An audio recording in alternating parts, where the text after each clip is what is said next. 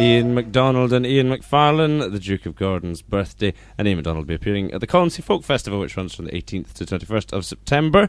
You are listening to the Garden Sessions, episode 69, gardensessions.co.uk. Contact us at podcast@gardensessions.co.uk. And, of course, we're available at 98.8 in Edinburgh, Leith FM, where Leith lives. I'm Jack Foster, and joining me as ever are the left, right and centre of the Scottish folk scene. I'm talking, of course, of Frank Burkitt, Chris Silver and Dave the Angles Gimble. Hello. Oh, they are yes, here. Yes. I'm fully fringed out. This is our last festival special. It is. So we get a week off next week, which is quite exciting. Although there may be some leftover reports as well from the festival. Some leftover reports. You make it sound like there would be less than... Yes, anyway. Frank, what's coming up on the show? We've got lots coming up on the show for you this evening. Yeah. All the usuals, which I won't list because you should know them by now. And if you're new to the Garden Sessions, they are the angle, the down, the chart, the letters bag, and the folk in news. But you won't list them. No, I just listed them. I realised that. Who would list them? We have some cracking reports. We've got a very fat week of folk for you here. Chris Silver caught up with Dick Gaughan. Dave caught up with Claire Mann and Aaron Jones. And I caught up with Doogie McLean at the Queen's Hall. Oh, yeah, bandit. What a lineup. A good lineup. I'm very much looking Sterling. forward to it. Could this possibly be the best ever edition of the Garden Sessions? The fattest week. Fantast week. I would say we have feasted well. We have. And Silver, you're with us for the last time for the festival. Yep, I'll miss you. Yeah, I'll miss you too, Frank. Although he missed one of the shows, if I remember. He did. He wasn't there for the first. Yeah, well, you know. Second. Aye. Silver, what have you got to say? How was your fringe? What did you go and see? Has it been Oh fun? no, it's been wonderful. I think Highlight the be more. There needs to be more folk, though. I would agree with that. There was enough folk to keep you busy, but not enough in relation to the size of the fringe itself. I would agree, which Dave. is enormous. They did the ticket sales this year, £1.5 million in ticket sales. They cover that in the folk and news. Anyway, Chris, Dave. you know, sorry, don't Dave. rain on my parade. Dave, Yeah. quickly, Yes, can we have a Dave? hint for your angle? You can. There's a lot of heavy drinking involved. Ho ho ho! Oh. It sounds bawdy. I'm excited. Frank, what are we listening to now? Now we are going to listen to Women in Harmony at St Bride's. Carolyn and Ona Scott, I believe, was there checking out how that all went. Dance to your daddy, my little laddie. Dance to your daddy, my little lamb. Dance to your daddy, my little laddie. Dance to your daddy, my little lamb. You shall hear a fishy. You shall hear a heron. When the boat comes in, You shall hear a coddy. boiled in a pan. Dance to your daddy, my little lamb. My little lamb. Dance to your daddy, my little laddie. Dance to your daddy, my little lamb. Dance to your daddy, my little laddie. Dance to your daddy, my little lamb. You shall hear a fishy. You shall hear a You fish. shall hear a heron. When the boat comes You in, shall hear a coddy. boiled in a pan. Dance to your daddy, my little lamb.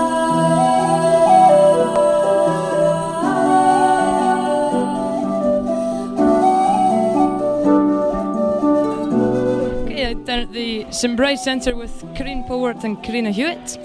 Sadly, only the two of them. Danny's had to run off for another show. They've just finished a fantastic set down here tonight. It's a bit of a diverse mix of stuff you do in your trio. You got even had some Johnny Cash and Val Doonigan put into it. Well, they're the kind of sets that just come together naturally, aren't they, when you're sitting around the kitchen table? Yeah. It's just having a bit of fun and then polishing it up a bit for a show. Well, we're capable of being quite serious in other sets. So it's kind of good in this line-up to have it about having fun as much as anything else. So, which is quite different from what I normally do. So. You do certainly, all three of you look like you're having a great time on stage, and it's lovely to see that. You were mentioning during the set there that we might be getting an album out from you soon. You're going to have some Grace Hewitt Polworth album coming out? Well, what's happening is we're actually going to the Celtic Colours Festival in Cape Breton in October, and we're just going to do some recording while we're there. Because we know a really wonderful studio that we can go to, and we thought we'd just record some stuff and see what happens from there. Just play it by ear, see what happens. We don't want to force an album. So we're going to record stuff that's ready, and I think we kind of felt like, because it's been it's about two and a half years since we did our first gig. We've only done about 10 gigs in that period, so we've kind of done the number of gigs that a lot of bands might do in a few months, so we're kind of stretching it out over a long period of time and just letting this stuff evolve. So there could well be something coming out in the new year, but we don't want to kind of hang ourselves with the promise of anything. Yeah. So keep an eye out on the Folky News to see what's happening there. Well, thank you very much for joining us, and I hope your gig tomorrow night is as successful as this evening's. We will certainly be keeping an eye out for that album in the future. Dance to your daddy, My little laddie, oh. dance to your daddy, My little laddie, oh. dance to your daddy, My little laddie, oh. dance to your daddy, My little laddie, oh. Dance to your daddy, dance to your daddy, dance. And the song you heard during that report was When the Boat Comes In, and that was recorded during their show at St Bride's Acoustic Centre as part of this year's Edinburgh Festival Fringe 2008. They being Women in Harmony, Corrine Polworth, Karina Hewitt and Annie Greece. And you can get more info on that at myspace.com/girly trio. It's our last festival special, and we forgot to mention beforehand that Silver is looking quite French this He's evening. holding on to that Silver. international aspect. He's looking very French, listeners. Silver is. I think just for the benefit of listeners at home, I think Frank looks slightly German. Jack, I would say it's difficult to pin down. You can't try and diffuse it by say just giving us all a possibly nationality. Irish, actually. And Dave, I think Scandinavian. Regardless, Yes. regardless. You are looking quite French. I was going to say, it's really nice in that last report to hear a female voice interviewing for the Garden Sessions. She's the first ever female member of the Garden She Sessions is team. indeed. Because it has been a bit of a male-orientated operation thus far. Yes. Good to have her on board. But Frank, I'm just looking at the clock. Yes. Okay. It's news. It's folk. What is it, Frank? It's the folky news. And the folky news brought to you this time, final time, by Festival Folk at the Oak. Festival Folk at the Oak goes into the finale, into the final stretch. The last week, 26th of August to 31st of August, 8:30 to 11 o'clock here at the Royal Oak. On Tuesday the 26th, there is a Gavin Marmick and Friends night, and they did that before, and it was absolutely gorgeous last year. Russell's House is performing for us with Eamon Coyne and all the others. They'll be here on Wednesday the 27th. Nancy Nicholson, 28th. Friday and Saturday, we've got Alistair MacDonald and Jill Bowman and Thirst. So the Royal Oak players will be drinking the bar dry. Thirst by Flann O'Brien, 29th and 30th. To bring up the rear of the whole thing, on Sunday the 31st of August, Nick Kerr, the McCalmans, he'll bring the festival down, so to speak. Get down to the Oak. It's the last week of the festival. But the top story this week, the 62nd Edinburgh Festival Fringe closed yesterday with 1,535,519 tickets sold. Organisers said a lot of tickets. they were pleased with the result. John Morgan, Fringe director, said this is the third year that the Fringe has sold in excess of 1.5 million tickets, signifying another fantastic year for the world's biggest arts festival. The Edinburgh Fringe 2008 featured 31,320 performances of 2,088 shows in 247 venues. That is a lot. That's a lot of numbers. That's really a lot of numbers. That was a I'm paragraph. well done on reading them. But of course, Edinburgh's festival season isn't finished yet, as the Edinburgh International Festival and the Edinburgh Mela run until this Sunday, 31st of August. And don't forget that all of the Garden Sessions weekly festival specials are still available to listen to on the website gardensessions.co.uk. And they have been stonkers. Yeah, they have been cracking. They've been very good. This is one of them. So if Yeah, you're listening to this, the you last at least one. listen to one. And Silver is looking quite French. Very French. French. Very, very French. The second story this evening, the island of Colonsay is preparing for its first ever folk festival, due to run from Friday the 19th to Sunday the 21st of September, appearing amongst... Where is Colonsay? Colonsay. Yeah. It's sort of near Isla. Oh, right. So it's kind of fairly far I away, didn't yeah. know. A bit further out to sea than Isla. A bit further out to There sea. you are. yeah. Thanks, Jack. Cheers for that. Well, not further out, but more... I knew where it was. See I was around just it. checking. Do you know where France is, Silver? That's not an island. That's not an island. No. It's not relevant to folk music either. Appearing... I think there's a lot of French folk music I think you'll find. So. But not in the folky news, Dave. This is what we're talking appearing about. Current amongst- affairs. Can I have a bit of order in the bothy? Appearing amongst this year's inaugural lineup of, if you haven't forgotten by now, the Colonsay Folk Festival are the likes of Kareem Polwart, the Anna Massey Band, Rallian, Kathleen McInnes and Ian MacDonald, who of course you heard at the beginning of this show. In addition to the concerts, there'll be guitar and fiddle workshops, as well as inevitable impromptu sessions too. I think you could do a bit of a guitar workshop, Silver. Brush up on your dadgad. If I was in Colonsay, I'd be there. How's the accordion going? Jack, let's not stoke the flames. There's more information. An accordion. There's more information on that Concertina. available at colonsay.org.uk. That's more French.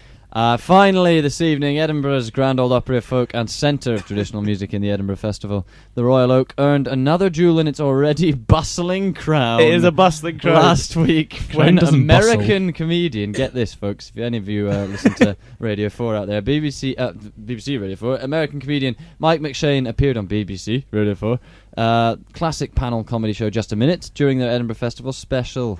And the subject is the highlights of my day, 60 seconds starting now. The highlight of my day in Edinburgh begins in the evening when I go to the Royal Oak Tavern, which is a folk music pub around the corner off South Bridge. It's a fantastic place, good beer, fantastic music, and cheery people who are drunk beyond belief. Rod, you've challenged. Was there a repetition of fantastic? There was a repetition of fantastic. That's how you do a radio show, folks. Repetition of fantastic for the Royal Oak. There was. That's pretty good. To be fair, there was. But good on the Royal Oak there. And keep up to date with all the latest folky news at gardensessions.co.uk/news. That's the folky news. Hit the jingle. Lazy. The official Garden Sessions download chart. The official Garden Sessions download chart. This is the official Garden Sessions download chart based on free downloads from gardensessions.co.uk. We've got 3 non-movers. The number 1 will be the same. But we do have 2 climbers, Frank, so it could have been toppled at 10. Wait, Dave, so 3 non-movers? Yes. Wow. One of them could be the number 1, but 2 climbers, so who knows? At 10, it's a re-entry for the Arrows with Black as the Colour. Incredible. At 9, a non-mover, Andy Chung, The Penny Falls. Superb. At 8, another re-entry, the Paul McKenna Band with Take My Hand. Holy mice.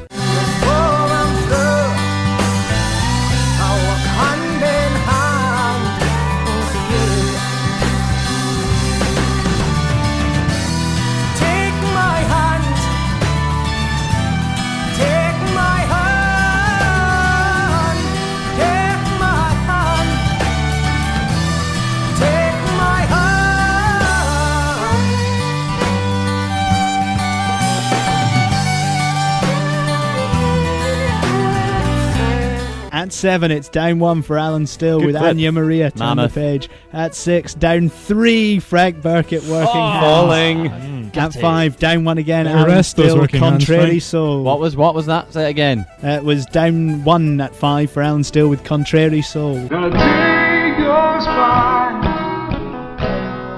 when I don't think of the places you choose not to go. Not a day goes by when I don't think of the options you'd have turned down fly. At 4, it's up 3 for Sinead Connolly and Eileen Ogue. At 3, back. up She's 2, back. Kareem Nothing bad Polwart, to Maid say. of the Loch. No, I was moving on, Jack. Gusto and tempo. Well done. And all Who's that kind of Gusto? stuff. At 2, it's a non-mover for Anna MacDonald with He Oh, Knows. shit. Oh. And Oh, at never 1, and the non-mover official left. Garden Sessions number 1, a non-mover, Anna MacDonald again with You Held Out Your Hand. Held out your hand to me and I took it willingly. Traveler on the road, we passed our days walking some ways till we reached our cross in the road. You promised me a gold ring with diamonds. You promised me 10 fleets for the sea. You promised me fine horses and courage, but like the wind I move light and free. You held out your hand to me, but I smile and turn away. The sun paints the road so gold. She casts no shadows there, and darkness cannot break her sphere. She is my lady of the road. You promised me a gold ring with diamonds. You promised me 10 fleets for the sea. You promised me fine horses and courage, but like the wind I move light and free. You held out your hand to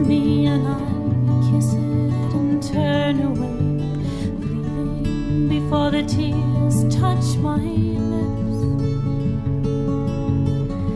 My lady lights the way, and somehow my feet move under me. But I miss that man on the road. He promised me a gold ring with diamonds. He promised me 10 fleets for the sea. He promised me fine horses and carriage, but his gold, it meant nothing to me. And like the wind I move light and free. Who could say no to a gold ring with diamonds and 10 fleets upon the sea? That's a good offer. Anna MacDonald, number 1, yet again. You are listening to the Garden Sessions, gardensessions.co.uk. Contact us at podcast at gardensessions.co.uk. Do it. Frank, what is still to come in this Still show? to come on this show. You're about to hear when I caught up with Dougie MacLean at the Queen's Hall earlier on. Was he running very quickly when you caught up with him? Dave. God. You're just bringing the level down here. We're trying to do a respectable radio But show. Silver's bringing it up with his European styles. He is indeed. I of was going to make multiculturalism. another comment, but I'll leave it there for now. We've got Scott Gardner.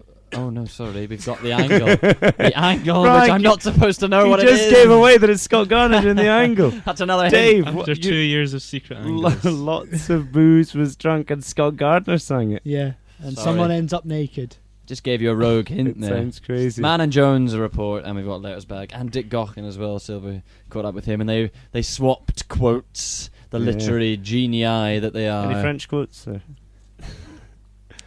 he's not happy with that. No, we're not. I think, Dave, introduce the next feature.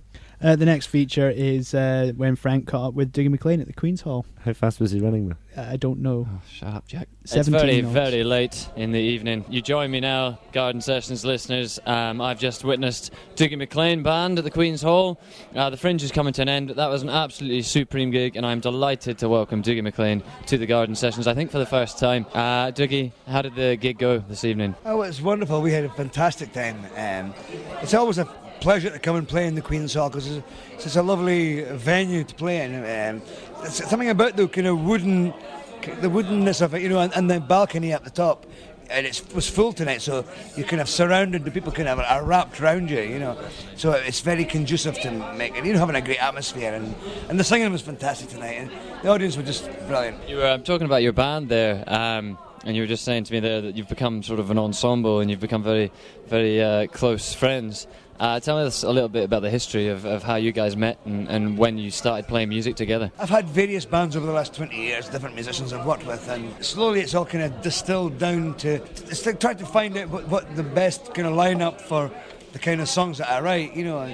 And I think I found it now. It's a fantastic kind of flexible.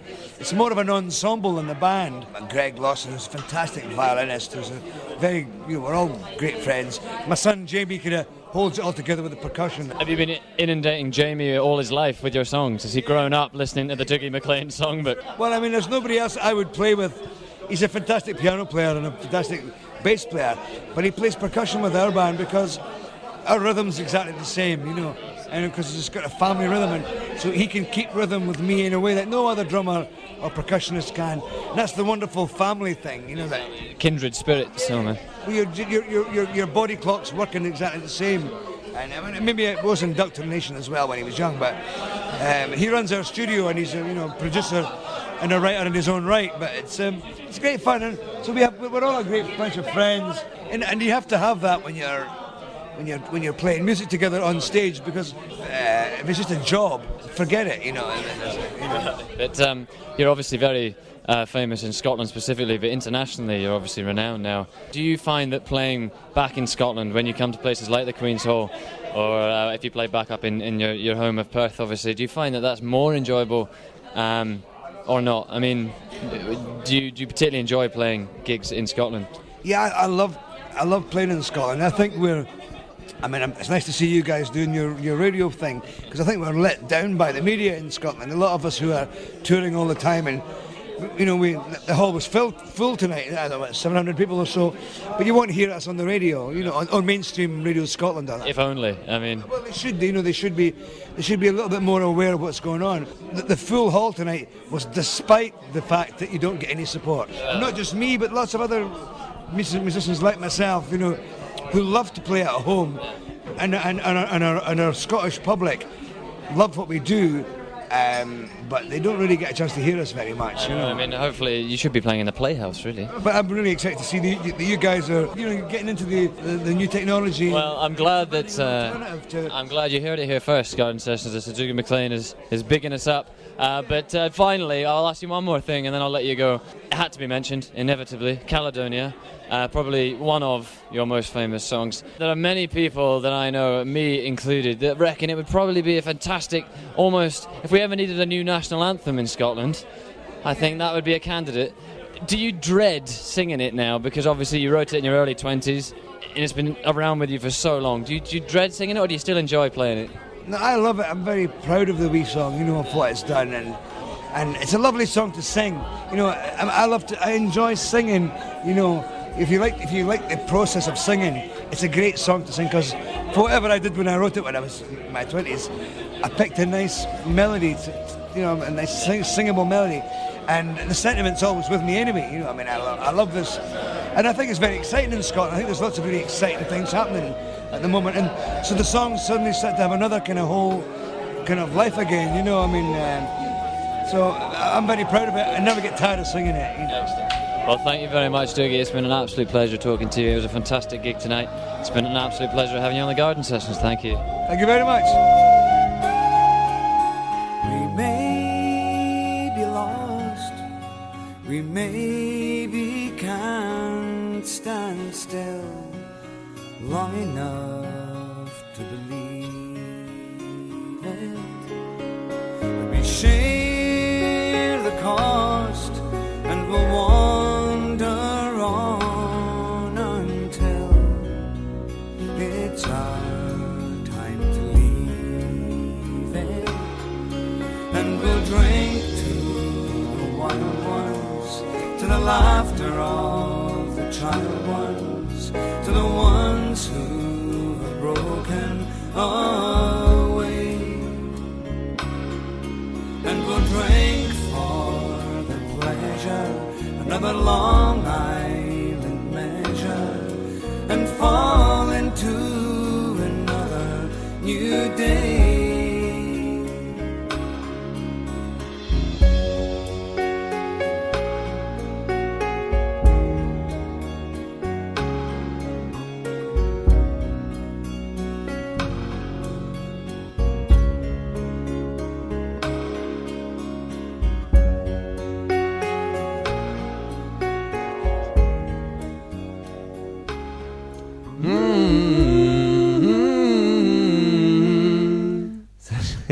That was Dougie McLean. Frank met Dougie McLean. Silver, who's away.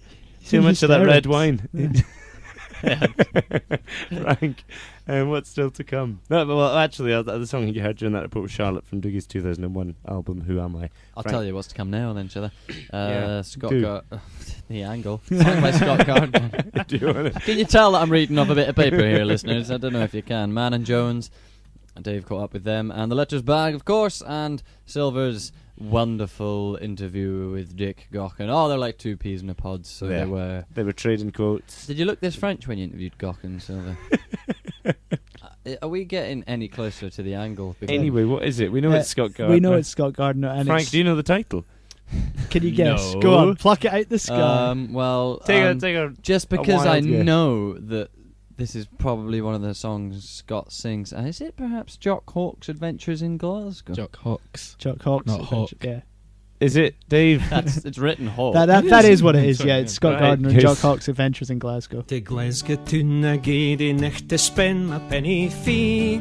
A bonny wee lass consented to bear me company. Come a ride some, a road some, a ride some, a raid some, a ride some, a road some, a ride some, a ray.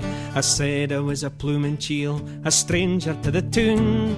She said that needna hinder ye to jog it up and down. Come a ride some, a road some, a ride some, a raid some, a ride some, a road some, a ride some, a ray.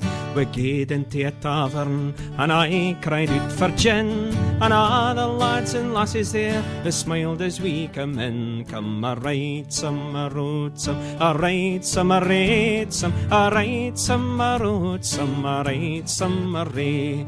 We'd no been there a half an hour when in come half a score o' sailor lads and queens of braai you've never seen before. Come a ride some, a road some, a ride some, a raid some, a ride some, a road some, a ride some, a ray. We've drunk the beer, we've drunk the gin, we've drunk it up recht free, and elk een het drunk success to the bonny wee lass and me. Come a ride some, a road some, a ride some, a raid some, a ride some, a road some, a ride some, a ray. The necht gaed on me mirth and song till it was growing clear, until a knock come to the door, all hands on deck appear. Come a ride some, a road some, a ride some, a raid some, a ride some, a road some, a ride some, a ray. The lassies gied a pert and kissed the lads, they said goodbye. The hen mistine as he gaed out said Jock you vatty pie. Come a ride some, a road some, a ride some, a raid some, a ride some, a road some, a ride some, a ray. They've teen my watch, they've teen my chain, my splockin and my knife.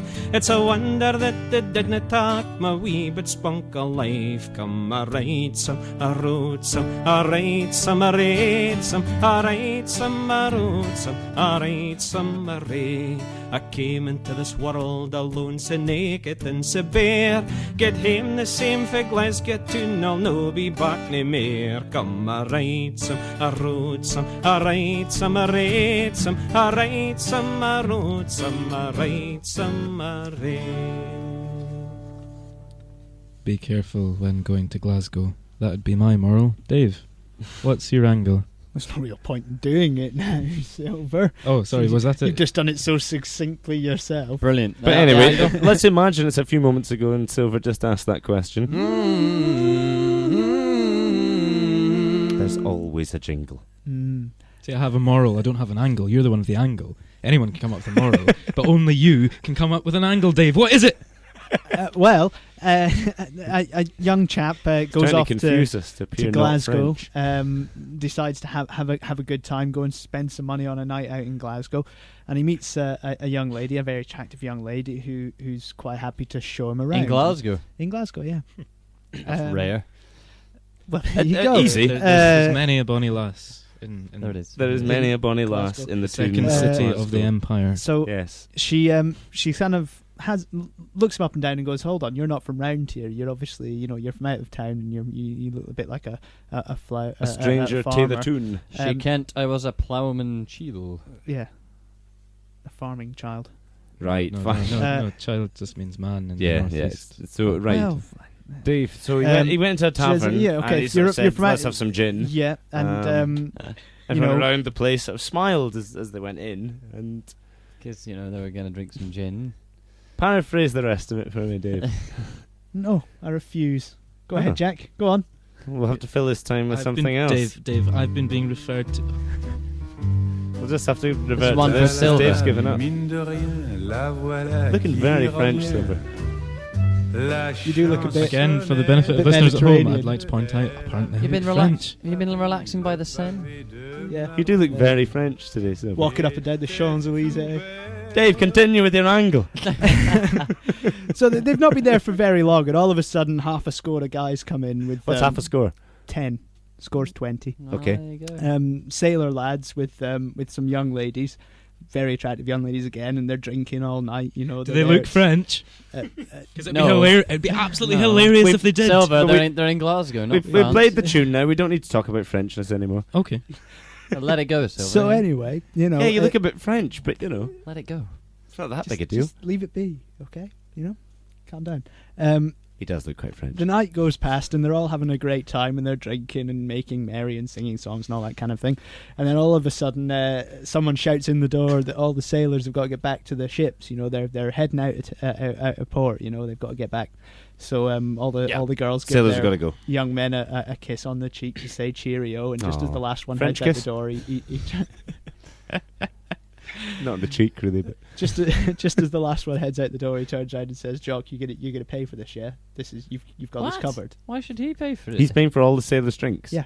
Wait a minute. Why? How did that happen? Well, they've left. They've got to sea. There's not much can be done about it. Yeah, but it's not his problem. They've got time. No, to it's pay. not his problem. But as far as the barman's concerned, it is. But Jockcock didn't come in with the sailors. No, I know, but you He know they've doesn't done know him. them. They've done him over.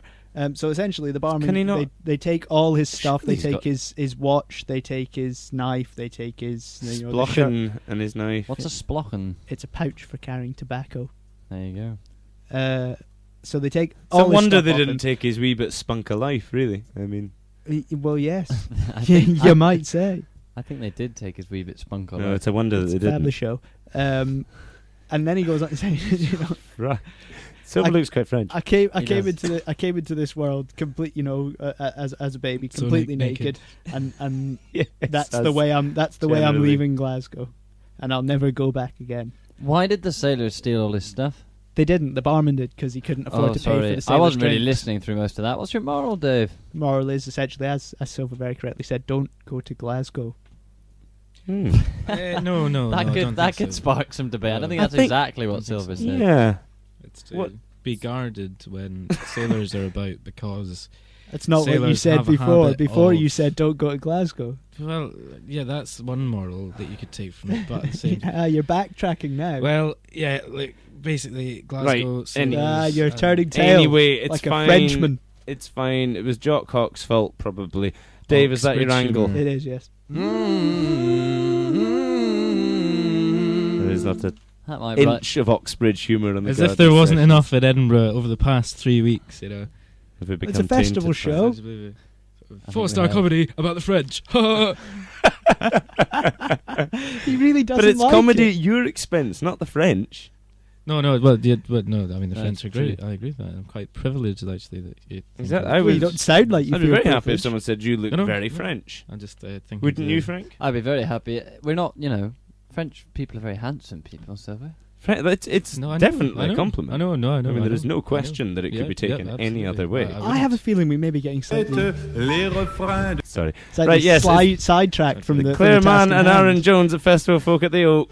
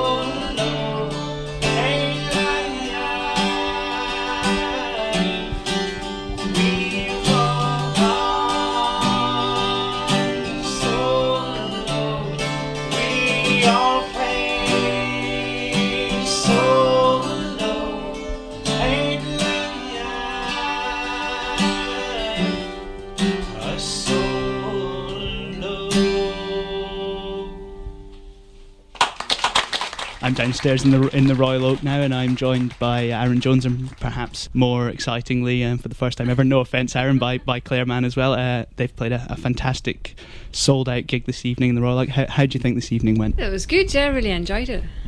Yeah, nice crowd. And yeah, you never know with the Oak during the festival. You always get a new crowd. You always think, oh, well, I'll go down and I wonder if there'll be anybody that's normally at Edinburgh Folk Club with us. But actually, it's so many tourists passing through. There's such a high turnover of tourists and traditional music fans that you always get somebody new. You've just recently taken part in Music at the Museum, and you yourself, Claire, were talking about this evening about having just come back from doing a week of teaching. Is that something that's particularly important to you, kind of passing music on and encouraging young people specifically to get involved in folk music?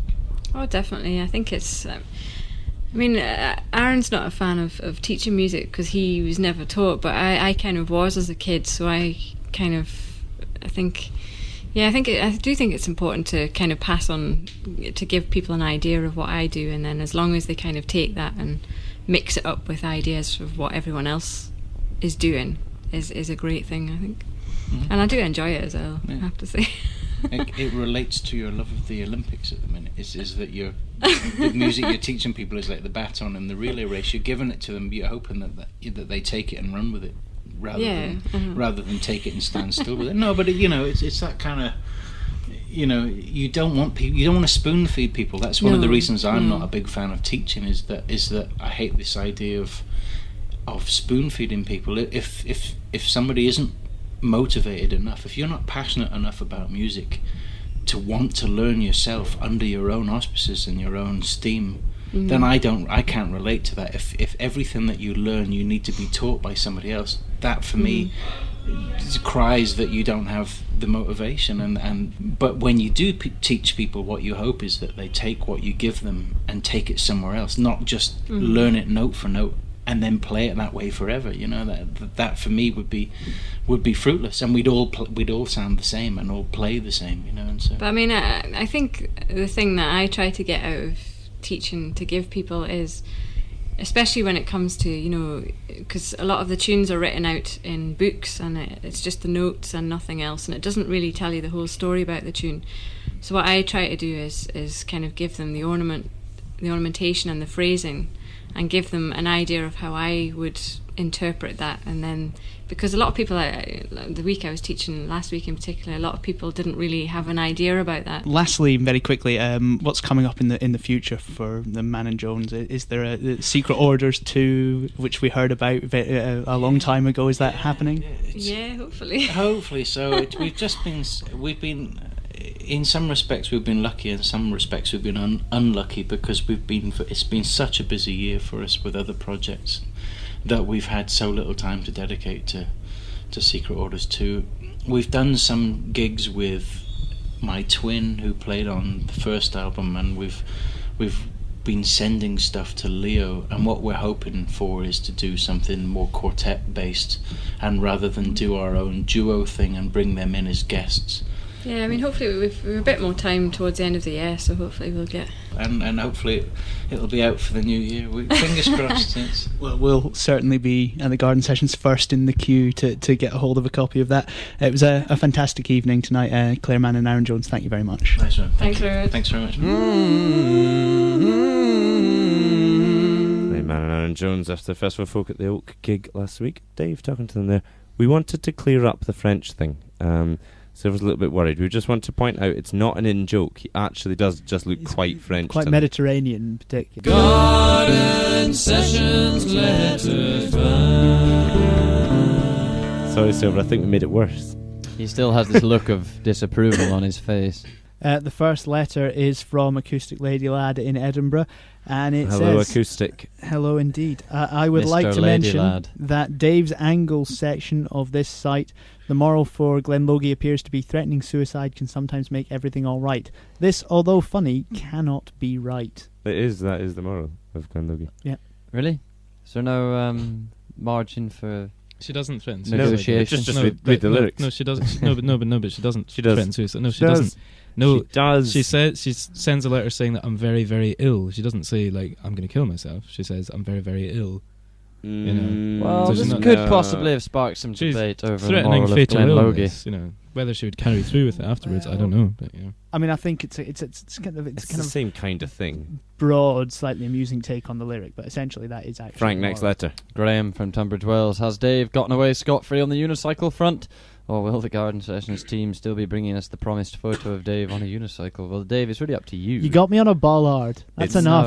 Surely. It's not up to the Dave. Same thing. Well, it's up to us for a bit of persuasion, but ultimately... Unicycles and bollards are the same thing. You have a unicycle, get it out of storage, and get on it, and take a picture. We will point a photograph. I've got a skateboard. Will that compromise? You see, no. Come photo me on a skateboard. Bollards you brought don't it up. move. Bollards are stationary. Yeah, they've no wheels. There's fantastic insight there. Chris Silver meets Dick Gaughan. I believe George Bernard Shaw once said that if you're not a socialist by the age of 20, you've got no heart, and if you're not a Tory by the age of 50, you've got no brain. I'm joined now by Dick Gaughan, 60, and defying that myth. Indeed, Dick, it's lovely to have you in the Garden Sessions again. It's lovely to see you again, yes. You recently, a couple of months ago, you released your first live album in quite a long time. Firstly, why was there such a gap between your live albums, and how important do you think the live performances are to be recorded? I mean, to me, live performance and studio work are two completely different animals entirely. I approach recording in a completely different way from I approach a live performance, and I don't regard them as necessarily having anything to do with each other. So I've always been slightly reluctant, because when you're doing a live gig, you're trying to get the best possible performance that you can get on one take on the occasion. You can't kind of stop in the middle and go back and start again. Whereas in a studio you can do that. In a studio you try and get the best you can possibly do over a number of days. You've got plenty of time to do it, to try and get it right. And the pressures are different. Like the pressure of a live performance is completely different from the pressure in a recording studio. The live album happened completely by accident. It was just like the last time I played at the Trades Club in Hebden Bridge last December. The engineer had he said to me, do you mind if I run a copy, just dump it on a hard drive? And I said, sure. And he sent it to me, and I listened to it and I thought, well, there's a bit of tidying up here, this is a live album, so, because I love the place anyway, Hebden, the Trades Club, and it just worked. On another note entirely, I mean, we're now sort of at a stage in Scotland where, we're sort of perhaps closer to independence than we've ever been, and a lot of your songwriting, a lot of your performances have had a very strong sort of independent slant to them. Is that affected your performance at all, the fact that we're now in a more of a situation towards independence than we have been before? No, I've spent my life arguing for it. And it's just lovely that we appear to be on the way to it. Then once we get independence, we can argue about what kind of Scotland we want then. And my fear is that the waters will get extremely muddied by multi-choice referendums and all the rest of it. I think it should just be a straight referendum. Do you want independence or not? And then after that we can sit down and argue about whether we want a monarchy or whether we want a socialist republic. Personally, I make no bones about it, I want a Scottish People's Republic. And I want Scotland to belong to the people of Scotland and not to a bunch of fat cat capitalists. I'm not saying I don't want an independent Scotland unless it's a republic. I want an independent Scotland, whatever kind it is, because it's got to be better than that we're in at the moment. We've seen in the last 10 years, we've seen a Labour Party become totally unelectable for at least another generation because they abandoned every principle they had in order to appeal to a mythical set of voters in the south of England.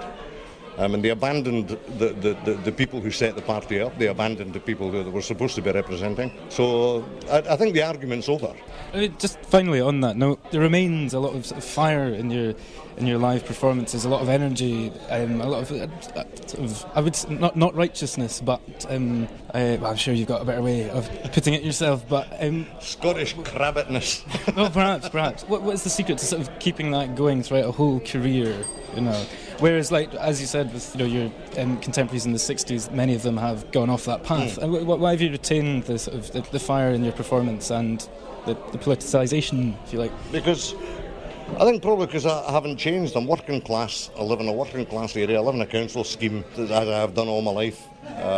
My lifestyle hasn't changed because I'm a professional musician, and certainly I didn't switch my brain off when I became a professional musician. I sing about what I believe in, and I believe passionately in what I sing about, and therefore there's no difference. I mean, if I had doubts or didn't believe really, or if I'd become internationally famous and wealthy and moved out to a mansion in the country, yeah, I might have changed what I'm doing. But I mean, I'm just a working musician, and my lifestyle hasn't changed today from what it was 35 years ago. One of the songs that I did tonight, that whole thing about challenging people of my generation as to where their heads went. I mean, that is an attempt to answer that point that you quoted of Shaw's. You know, I would counter it with another quote, and I can't remember who it was who said this, but they said, if you're a revolutionary poet at 20, then you're 20. If you're a revolutionary poet at 40, then you're a revolutionary poet. On that note, Dick Gordon, thank you very much. Thanks a million. Whatever happened to those songs about getting back to the garden? Whatever happened to we shall overcome? Whatever happened to 1, 2, 3? What are we fighting for? When did you find yourself marching to the beat of the same old drum? Maybe somewhere along the road you just stopped dreaming. Maybe the pain of life just squeezed the love out of your heart. Maybe the fire in your soul just stopped burning. Or maybe you just forgot that you ever used to give a damn.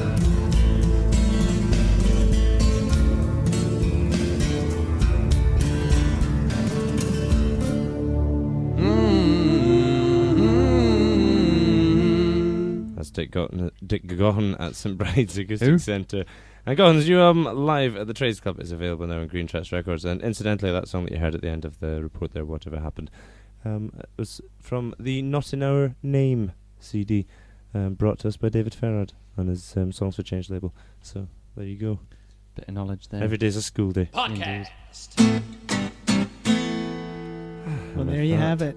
Back in the studio, it's a lot more relaxed. It's more relaxed, a bit more rambling. Except Frank and I have got to go and rehearse a play with Paddy Bort. We do, because we are in Thirst, which you'll see at the end of the Festival next Folk Friday and Saturday.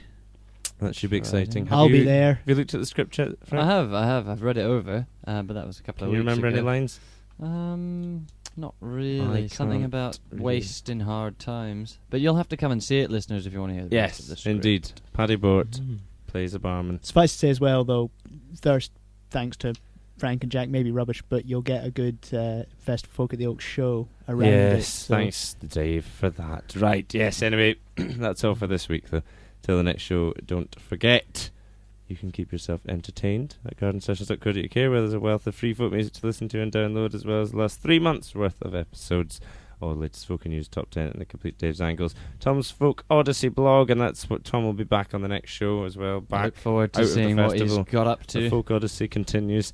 And currently available to listen to in the Bothy Vaults is... What will we put in the Bothy Vaults? Because I haven't got anything here. Any ideas? Throw something on. Something from last festival, maybe. Last festival? That's the theme, obviously. The end of last festival, maybe? The end of last festival. Perhaps maybe the What about... Knockengor's coming up. We could put on last year's Hearth. We could. That's a great idea. Last year's Hearth in the Bothy Vaults. There you go. That's the decision-making process. Smooth. And in advance, behind the all scenes. ready to go before we even do the podcast. Till next time, though, that's episode 69. Garden Sessions at .co.uk and contact us at podcast@gardensessions.co.uk. We shall leave you with, here it is, the Poozies, with another train. They appeared last week at the famous Spiegel tent as part of this year's Edinburgh Festival Fringe. Till next time, from myself, Jack Foster, Frank Burkitt, Dave the Angles Gimble, and a very French-looking Chris Silver. Take it easy. Au revoir. Cheerio. It's been fun. The beginning is now and will always be. You say you've lost your chance and fate brought you defeat, but that means nothing. You look so sad. You've been listening to those who say you've missed your chance. There's another train. There always is. Maybe the next one is yours. Get up and climb aboard another train. You feel you're done. There's no such thing. Although you're standing on your own breath is king. The beginning is now. Don't turn around. Regrets of bad mistakes will only drain you. There's another train. There always is. Maybe the next one is yours. Get up and climb aboard another train. We crawl in the dark sometimes and think too much.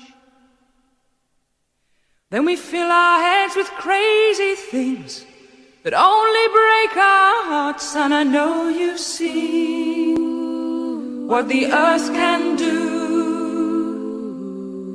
when it's dragging down another load of worrisome fools. There's another train. There always is. Maybe the next one is yours. Get up and climb aboard another train. I know it's hard when you feel confused. You can crown yourself with fear, and you feel you cannot move. You're building worlds that don't exist. Imagination plays the worst tricks. There's another train. There always is. Maybe the next one is yours. Get up and climb aboard. There's another train. There always is. Maybe the next one is yours. Get up and climb aboard. There's another train. There always is. Maybe the next one is yours. Get up and climb aboard. There's another train. There's another train. There always is. Maybe the next one is yours. Get up and climb aboard.